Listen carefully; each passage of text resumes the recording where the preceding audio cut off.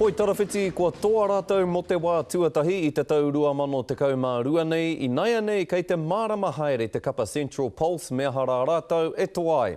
Ko te mānuka hei hiki ake mā rātou i naia nei, he whakawhiti atu i te Waikiri, me te mōhio iho, he tikanga tākoro anō ai tatari mai ana i reira ki a rātou. Kei te tau hōkai te Pulse ki Piripane i te rānei ki te pakanga ki te kapa i whakaihu waka i tērā tau, arā ki ngā Queensland Firebirds, engari kāre anō ngā Firebirds kia paku angi tū ake i tēnei tau.